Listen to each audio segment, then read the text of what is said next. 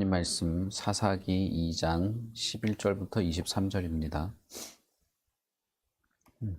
사사기서 2장 11절부터 23절 제가 봉독하겠습니다.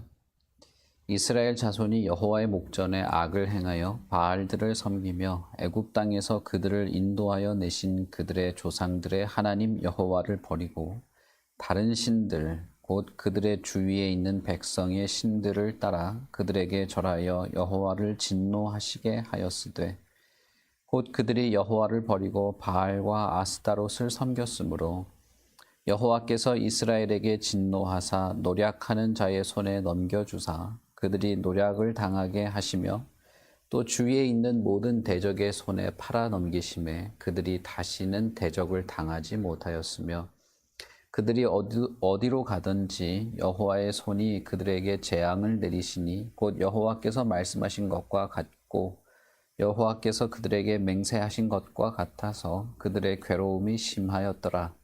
여호와께서 사사들을 세우사 노략자의 손에서 그들을 구원하게 하셨으나 그들이 그 사사들에게도 순종하지 아니하고 오히려 다른 신들을 따라가 음행하며 그들에게 절하고 여호와의 명령을 순종하던 그들의 조상들이 행하던 길에서 속히 치우쳐 떠나서 그와 같이 행하지 아니하였더라.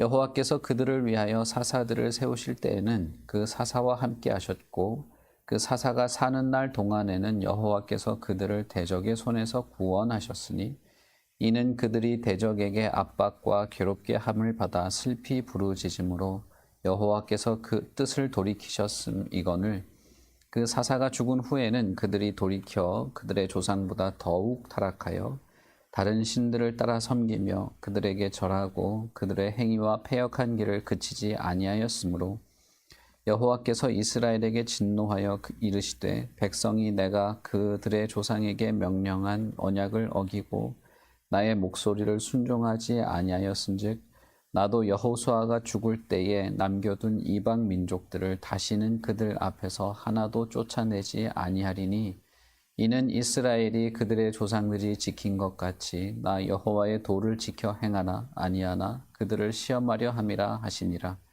여호와께서 그 이방 민족들을 머물러 두사 그들을 속히 쫓아내지 아니하였으며 여호수아의 손에 넘겨주지 아니하셨더라. 아멘. 사사기 2장은 전체 사사기의 서론과 같은 내용들을 담고 있는데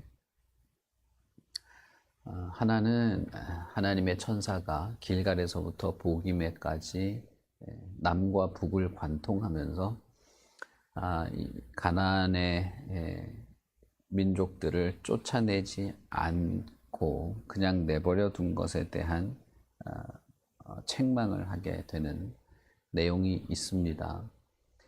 이스라엘이 가나안 족속들을 다 쫓아내지 않고 남겨둔 데는 나름대로 합리성을 가지고 있었습니다마는 그러나 합리성과 하나님의 약속과 비교했을 때 그들이 합리성을 택한 것은 하나님이 보시기에 옳지 않았다라는 것이었습니다. 그리고 11절부터 나머지 2장의 내용은 사사기 전체의 이 흐름에 대한 하나의 요약적인 내용이라고 볼 수 있습니다. 사사기는 이 시간 순서대로 기록된 성경이 아니고 그냥 사건에 따라서 시간 순서가 없이 적혀져 있습니다. 그래서 그 뒤에 나오는 여러 사사들과 이스라엘에 벌어진 사건들은 사사기 초창기에 있었던 일들이 사사기 맨 뒤에 기록이 되어 있기도 하고 사사기 후반부에 있었던 사건들이 앞부분에 기록되어 있기도 하고 그렇습니다. 그래서 사사기는 하나의 맥락에 따라서 편집되어 있고 그 맥락이 우리가 지금 읽은 본문의 내용과 같다는 것을 우리가 알게 될 것입니다.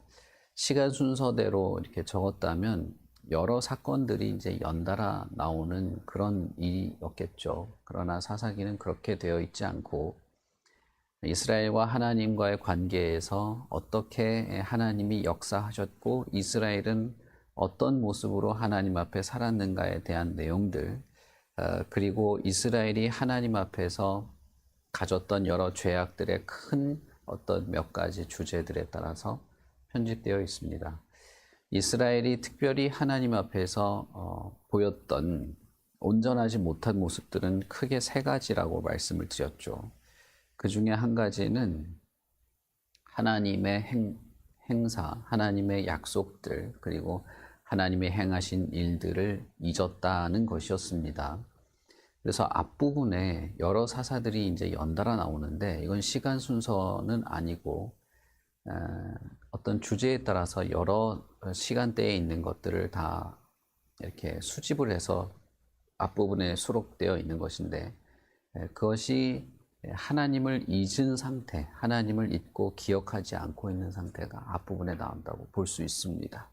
우리가 읽지는 않았지만 2장 10절에 보시면은 여호수아가 죽을 때 내용을 이제 기록하면서 그 세대의 사람도 다 그 조상들에게 돌아갔고 그 후에 일어난 다른 세대는 여호와를 알지 못하며 여호와께서 이스라엘을 위하여 행하신 일도 알지 못하였다는 말로 마무리가 되어 있죠. 다시 말하면 이스라엘이 하나님의 행위들, 하나님이 하신 일들, 이집트에서부터 출발해서 가나안에 도착하는 이 긴 여정들, 그리고 그 수십 년의 여정들을 하나님께서 다루시고 이스라엘과 함께 하시고 이스라엘의 여러 과정들에 통해서 이스라엘을 연단해 왔던 모든 역사들이 있는데 그것을 기억하고 경험했던 세대들이 다 죽고 나니까 그 다음 세대는 이런 하나님에 대해서 알지 못하고 기억하지 못했다는 것입니다. 이 표현 자체는 단순한 표현이지만 그러나 이스라엘이 얼마나 가나안에서 하나님이 아닌 다른 것에 더 집중하며 살아가게 되었는지를 알 수 있는 내용이라고 할 수 있습니다. 왜냐하면 우리는 이스라엘이 가나안에 오는 과정에서 하나님의 말씀을 신뢰하지 못한 여러 사건들을 일으킨 것을 알고 있죠. 그래서 그때마다 하나님이 이스라엘을 다루시고 모세뿐 아니라 여호수아를 통해서도 하나님의 말씀 혹은 하나님 앞에서 신실하도록 기록을 많이 남기고 기억할 수 있기 위해서 돌멩이들을 세운다거나 제사를 지낸다거나 하는 여러 가지 활동들을 한 것을 알고 있습니다. 그러니까 이스라엘이 단순히 기억력에만 의존해서 그냥 아버지가 자식한테 말해주고 꼭 기억해라 이런 식이 아닌 것입니다. 그들은 하나님의 율법 그리고 레위기를 통해서 하나님이 가나안에서 어떻게 살아야 하는지를 말씀해 준 것을 다 기록해 놓았습니다. 기록으로 남아있고 요단강에도 돌멩이가 한가운데 세워져 있고 길갈에도 12개의 돌멩이가 세워져 있고 세겜에도 돌멩이를 세웠고 상수리 나무 아래에도 세웠고 모든 걸 마련해 둔 것입니다. 그럼에도 불구하고 왜 이전 세대가 죽고 나니 이후 세대는 하나님을 기억하지 않았는가? 그것은 이제 하나님을 기억하는 이전 세대가 죽고 나니까 하나님을 기억하는 사람들이 없어져서 그렇다는 게 아닌 겁니다. 그게 아니고 그들이 평소에 하나님의 말씀에 따라 살아가는 것, 하나님을 이해하고 하나님을 기억하는 것, 하나님이 행하신 일들을 기념하고 그 의미를 되새기는 일들을 충실하게 하지 않았다는 것입니다. 기록된 말씀을 잘 읽고 그 내용들을 잘 전달하거나 이해하는 일들을 하지 않았고 하나님이 기억하도록 모든 절기를 지키며 어떤 상징물들을 세워놓은 것에 대해서도 그 의미를 세세하고 바르게 알아가는 일들을 하지 않았다는 것입니다. 우리가 레위기는 읽지 않았습니다만 레위기에 보면 하나님이 특별히 제정하신 절기가 있습니다. 안식일부터 시작해서 번제물을 드리는 제사의 어떤 내용들, 그리고 안식년이나 희년을 지키는 것들, 유월절이나 초막절, 이런 것들을 지키는 여러 절기들을 세세하게 하나님이 지정해 주십니다. 그리고 그럴 때마다 뭐는 먹고 뭐는 먹지 말고 하는 것까지도 다 정해 주셔서 이 절기를 지킨다는 것 자체는 절기 행사의 문제가 아니라 그 절기가 담고 있는 의미, 이스라엘의 과거와 그 과거에 행하신 하나님의 역사들에 대한 기억을 떠올리는 것을 말하는 것이죠. 이런 것을 생각해 봤을 때 이스라엘이 절기만 온전하게 지켰더라면 하나님에 대해서 잊을 수 있었을까라는 생각을 하게 되는 것이죠. 결국 우리가 예상해 보는 것은 가나안에 살기 시작하면서 하나님을 기억하는 사람들이 아직 남아 있을 때조차도 가나안에 살기 시작하면서 가나안의 삶에 훨씬 더 깊이 빠져들었다는 것을 알 수 있습니다. 하나님의 말씀을 지키며 사는 것과 가나안에서 자신들이 먹고 사는 일에 최선을 다하는 것이 이 둘 가운데에서 하나님을 의지하면서 해나가지 않고 그저 먹고 사는 일에 깊이 빠져들었다는 거예요.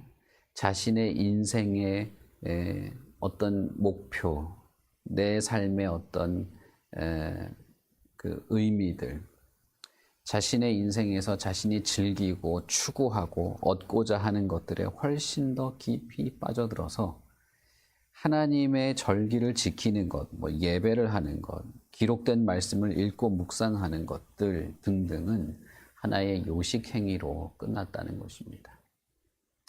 저는 이것이 과거의 일이긴 하지만 현대 한국 교회에서 일어나는 일과도 비슷하다고 생각합니다. 예배나 어떤 절기나 성찬이나 이런 것들이 하나의 요식 행위로 끝나는 겁니다.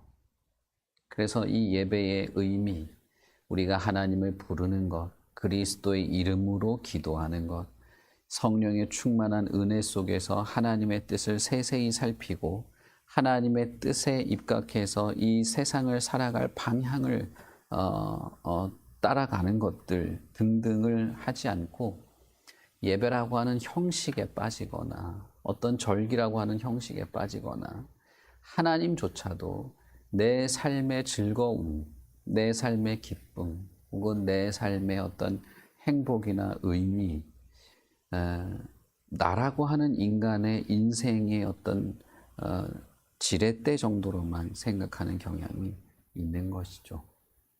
그것은 그 사람이 가지고 있는 어떤 악함의 문제라기보다는 이 사회가 가지고 있는 문화가 그런 것이고 이 사회의 문화에 젖어든 교인들이 그렇게 됐다고 생각하게 됩니다. 이스라엘도 자신들은 하나님을 배반한다는 생각은 하지 않았을 겁니다. 그러나 가나안에 살면서 가나안의 문화에 빠져들다 보니까 하나님의 말씀에 충실한 인생이 아니라 내 어떤 생각, 나라고 하는 사람의 개성, 내가 추구하고 싶은 인생, 내가 얻고 누리고 싶은 그런 삶에 그저 빠져 사는 가나안적인 삶에 젖어들었다는 것이죠.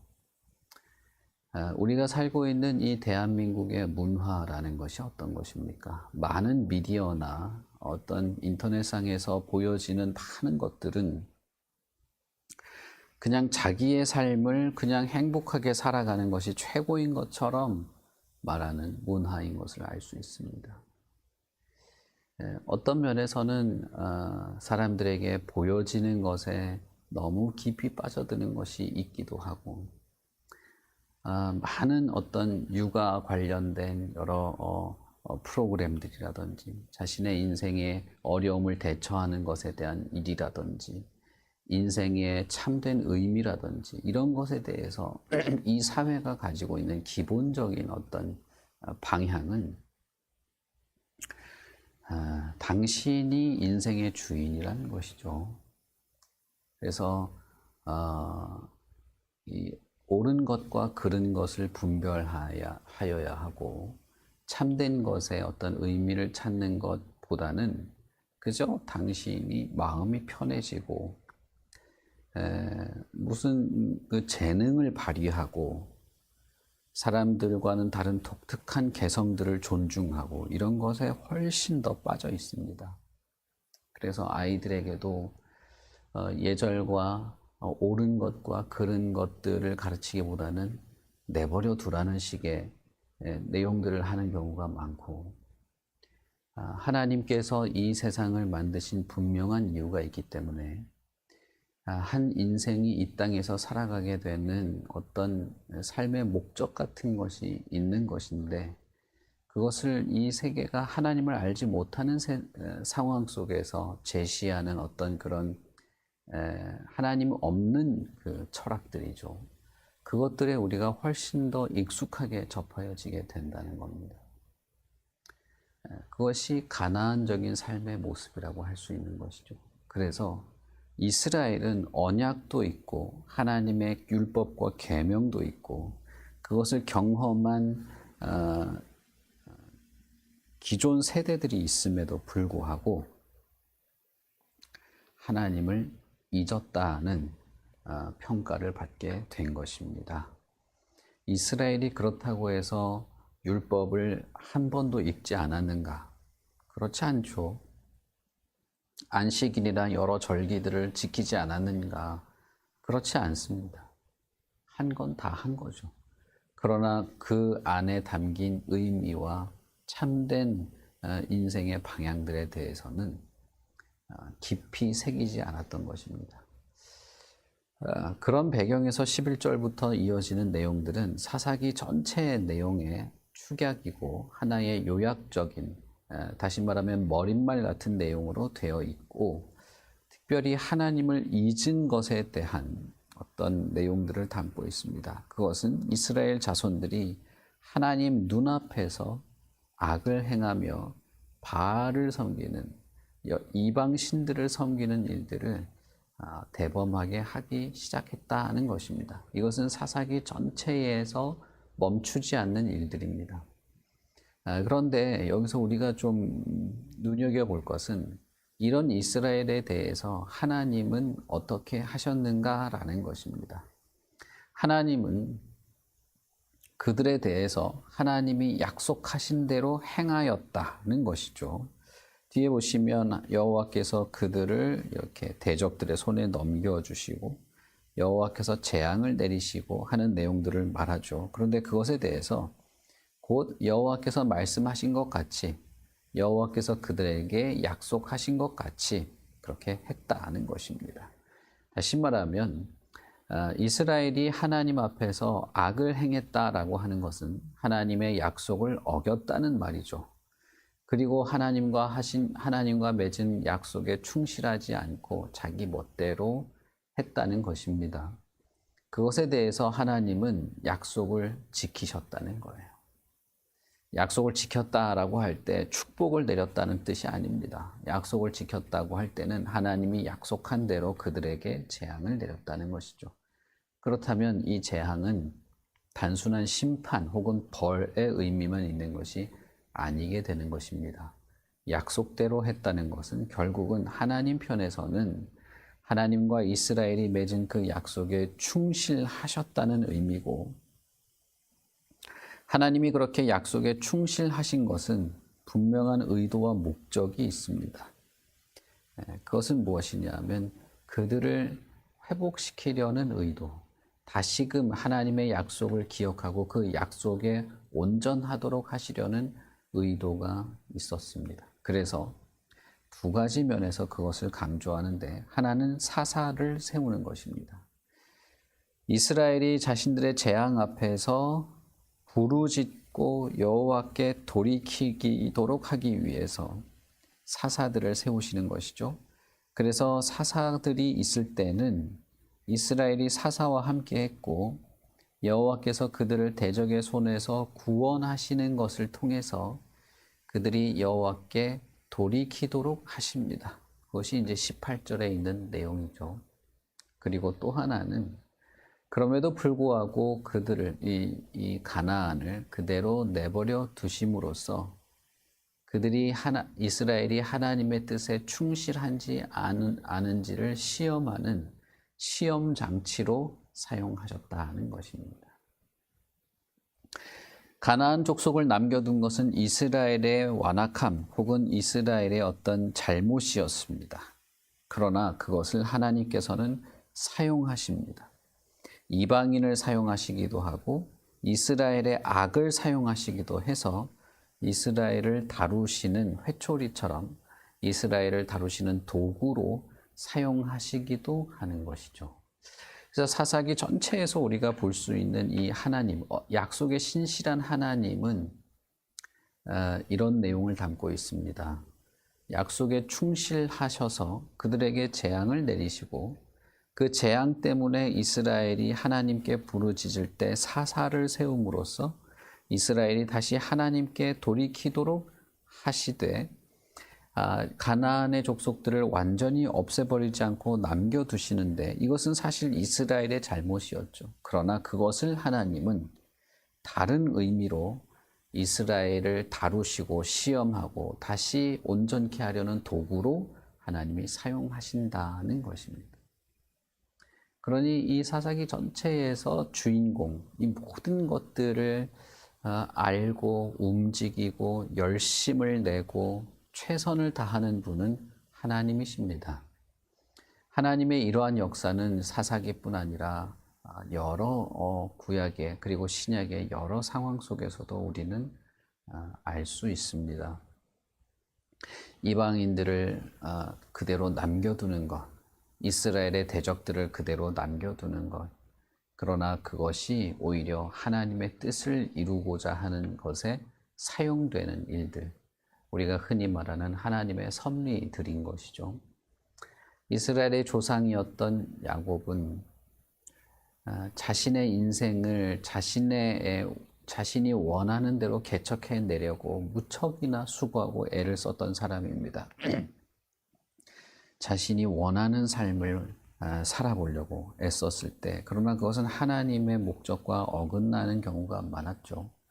그런데 그럼에도 불구하고 그의 모든 일들, 그가 행한 일들은 결국 하나님이 야곱을 하나님께로 돌이키도록 하는데 사용되게 됩니다.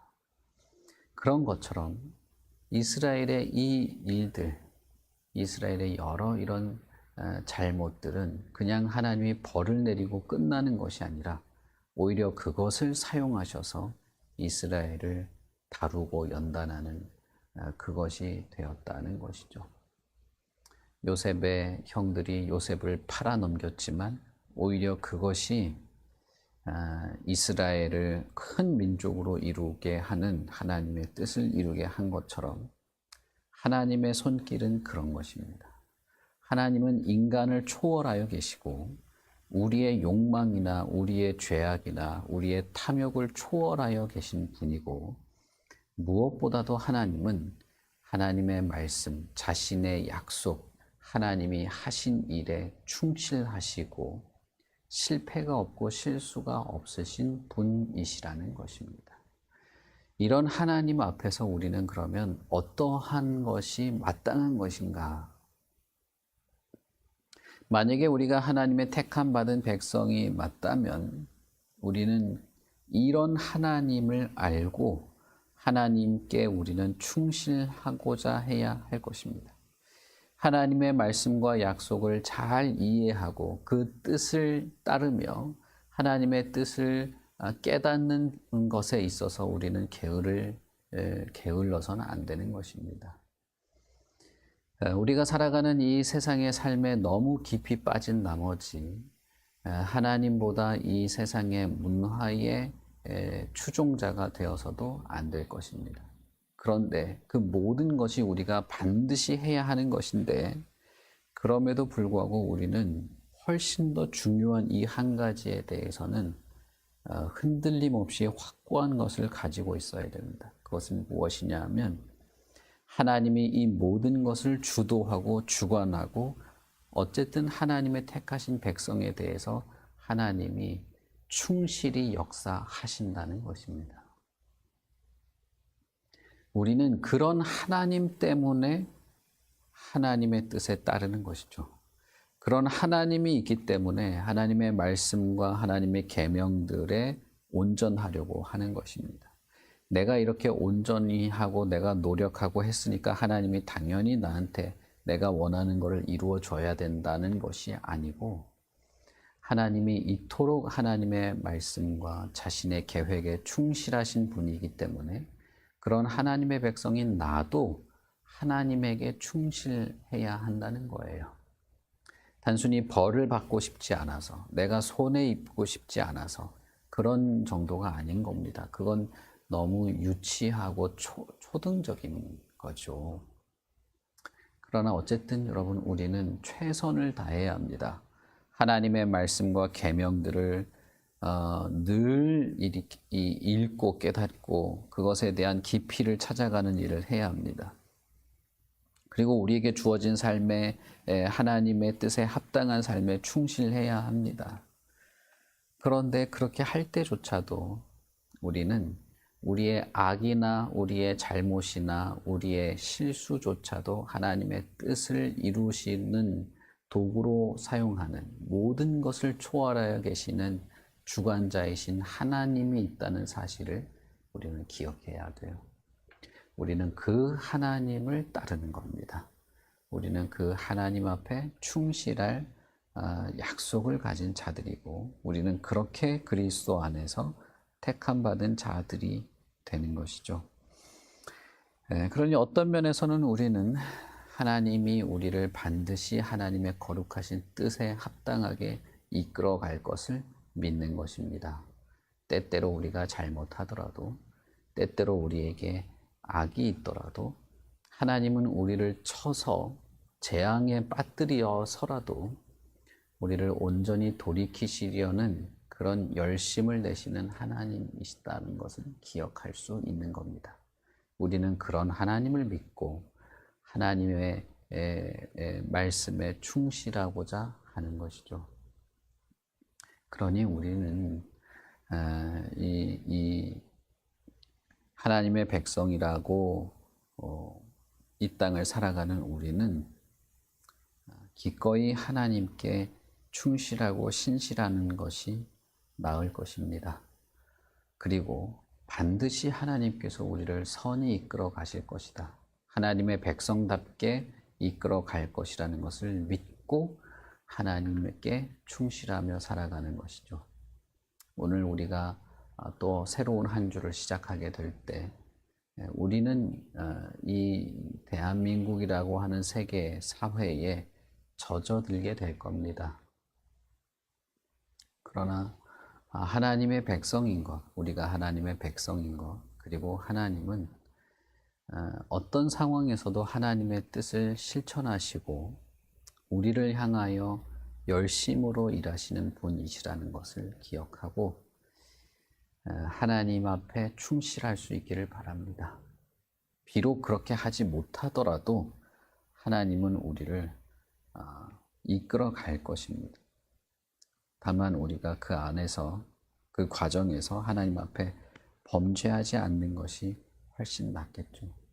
우리 하루의 시간들, 그리고 앞으로의 일주일의 모든 시간들도 하나님의 백성답게 살아가는 것이 더 낫고 다행이라는 생각을 합니다. 우리 같이 기도하겠습니다. 하나님 아버지, 하나님께서 이스라엘을 향하여 재앙을 내리시고 진노하는 것은 단순히 그들을 벌하시려는 목적만 있는 것이 아니고 하나님께서 하나님의 약속에 충실한 하나님의 신실함을 보여주시는 것인 줄 우리는 믿습니다. 그뿐 아니라 하나님께서 그들을 고치시려고 재앙도 내리신 줄 믿습니다. 이스라엘에 남겨진 가나안은 결국은 하나님께서 이스라엘을 연단하기 위해서 남겨놓은 도구가 되었습니다. 결국 이스라엘의 악이 하나님께서 사용하시는 도구가 된 것처럼 하나님께서 이 세상을 다루시고 특별히 자신의 백성들을 다루시고 섭리하는 그 모든 것을 우리는 알 수 있습니다. 무엇보다도 하나님은 뛰어나신 분이고 그 어떤 것도 하나님의 계획을 어그러뜨릴 수 없고 이 세상의 그 어떤 것도 하나님을 능가하지 못할 것입니다. 그렇다면 하나님의 백성인 우리가 하나님의 말씀에 부합하며 살아가는 것이 훨씬 더 나은 길이고 하나님의 말씀과 그 진리들을 알고 이해하고 기억하며 살아가는 것이 훨씬 더 나은 하나님의 백성의 모습인 줄 믿습니다. 하나님을 기억하지 못한 것, 하나님을 알지 못한 상태로 살아가는 그런 잘못에 빠지지 않게 하시옵소서. 이 세상이 너무나 커 보이고 이 세상에 가지고 있는 것들이 너무나 당연해 보이고 때때로는 그것이 달콤하고 너무나 우리의 마음을 충동스럽게 하는 것이어서 하나님을 잊어버릴 그런 때도 우리에게 종종 찾아오게 됩니다. 하나님, 우리를 참으로 끝까지 붙잡으시고 하나님의 백성답게 살게 하시는 하나님, 우리를 가르치시고 연단하시고 깨닫게 하시고 하나님의 말씀을 한순간도 멈추지 않고 가르쳐 주셔서 우리로 하여금 비록 하나님 앞에서 범죄했을지라도 하나님을 떠나지 않게 하시고 하나님 앞에 몸부림치며 하나님의 뜻을 충실히 따르고자 하는 그런 때에는 하나님께서 용기와 담대함을 더하여 주시고 지치지 않고 하나님의 말씀과 진리들을 따라 살아갈 수 있는 모든 은혜들을 베풀어 주시옵소서. 우리가 살아가는 하루하루의 삶에 우리의 모든 수고가 있습니다.